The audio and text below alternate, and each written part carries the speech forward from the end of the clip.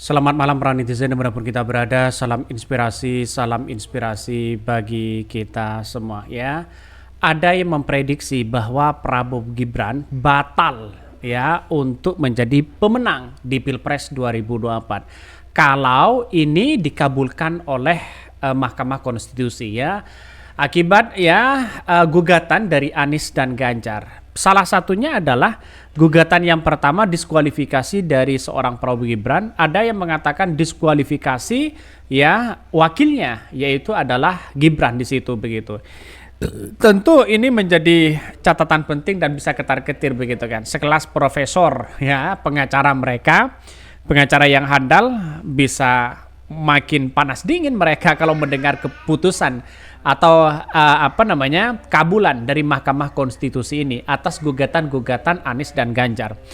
Kalau memang berani membuktikan apa yang terjadi selama ini, dugaan-dugaan kecurangan, cawe-cawe yang kuat, ya konstitusi yang cacat begitu kan ya, moralitas yang kemudian kita gaungkan bersama, bahwa prediksi ini dari pakar mengatakan bahwa tanda-tanda biasanya ini dikabulkan, tanda-tandanya begitu kan.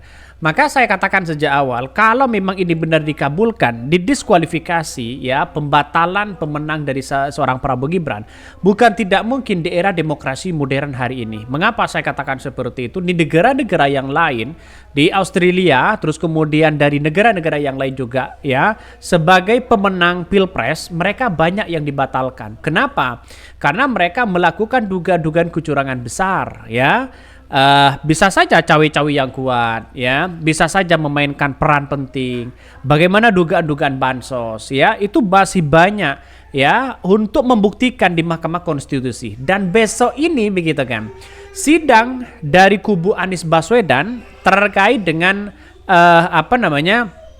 saksi-saksi bagaimana di lapangan. Nah, kalau ini memang benar-benar murni di situ begitu kan, ada bisa membuktikan bahwa bukti yang nyata di hadapan Mahkamah Konstitusi, bukan tidak mungkin Prabowo ini bisa gagal ya menjadi presiden di situ.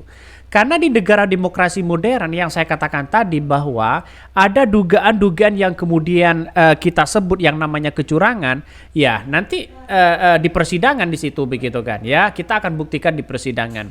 Maka bisa saja diskualifikasi dari seorang Prabowo Gibran, bisa saja diskualifikasi Gibran karena intervensi konstitusi yang ada selama ini. Jadi saya kira ini akan menjadi catatan penting. Bahkan saya kira profesor yang kemudian ahli tata negara di situ begitu, lihat saja bisa ketar-ketir juga begitu kan ya. Dan Hotman Paris mengatakan cukup dibantah satu kata saja katanya begitu kan. Tapi dibantah satu kata mereka tidak cukup, justru Otto dan Yusril Mahendra mereka memberikan statement berlebihan di situ begitu kan. Ya, keberatan untuk datangkan menteri sana sini. Seharusnya kalau tidak ada apa-apa jangan nggak usah keberatan di situ begitu. Yang namanya sengketa di situ adalah bagaimana saksi-saksi itu diungkap di pengadilan, di Mahkamah Konstitusi nantinya begitu.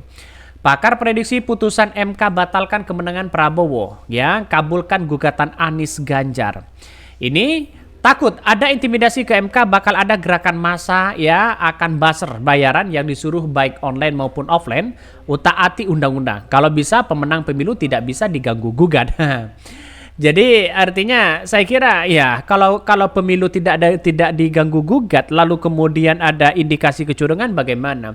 Ini negara demokrasi di situ begitu. Maka kalau saya amati betul begitu tanda-tandanya, saya juga sependapat dengan Denny Indrayana. Tanda-tandanya ya MK ini akan mengabulkan di situ begitu. Jelas ya, entah yang mana yang dikabulkan atau diskualifikasi seorang Gibran atau tidak. Hakim akan berpikir apabila semua tuntutan diterima maka akan terjadi bencana politik. Maka diambil jalan tengahnya berdasarkan keterangan dari Bawaslu dan KPU. Hasil MK di bawah hak angket dan proses hak angket harus cepat. Bisa cepat prosesnya apa elit partai sudah sepakat. Sekarang mengapa sengketa itu menggaungkan sangat luar biasa. Korupsi di mana-mana begitu kan. Jangan-jangan mereka ada isu atau pengalihan isu bagaimana hak angket yang terjadi. demo di mana-mana bisa saja itu pengalihan isu begitu kan, isu hak angket yang terjadi. Karena isu hak angket itu paling krusial sekali begitu untuk menunjukkan dan dugaan-dugaan apa yang terjadi di masyarakat untuk bisa diketahui, seperti audit KPU, ya, seperti audit dengan yang lain begitu kan. Maka tim 01 begitu kan menghadirkan minta kepada MK untuk menghadirkan para menteri-menteri yang kemudian terlibat di dalam bansos di situ begitu kan, biar menjadikan titik temu sebenarnya. Maka saya katakan sejak awal bahwa ini luar biasa loh begitu kalau memang benar-benar dilakukan begitu kan, ya, untuk menjadi cukup bukti di di Mahkamah Konstitusi harus benar-benar ada bukti yang real di situ begitu kan. Pakar prediksi putusan prediksi putusan MK batalkan kemenangan Prabowo, ya, kabulkan gugatan Anies dan Ganjar.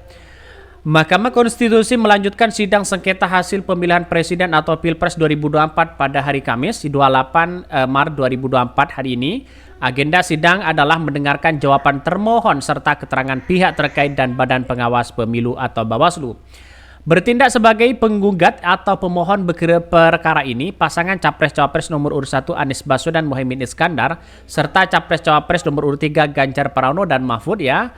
Sementara termohon adalah Komisi Pemilihan Umum KPU RI sebagai penyelenggara Pilpres. Sedangkan pihak terkait adalah pasangan calon presiden dan wakil presiden nomor urut 2 Prabowo Subianto dan Gibran Raka Buming Raka. Pakar Hukum Tata Negara Profesor Denny Indrayana memprediksi gugatan perselisihan hasil pemilu, ya, PHPU 2024 atau sengketa Pilpres yang diajukan oleh kubu 01 Anies Baswedan dan Muhaimin Iskandar dan kubu 03 Prabowo Mahfud akan dikabulkan oleh Mahkamah Konstitusi. Artinya, kata Denny, maka akan memutuskan membatalkan kemenangan Prabowo Gibran di Pilpres 2024. Ya. Kalau memang ada bukti, ya, di situ bisa begitu kan. Kalau ada bukti yang real. Tetapi kalau tidak ada bukti, benar kata Hotman Paris begitu kan.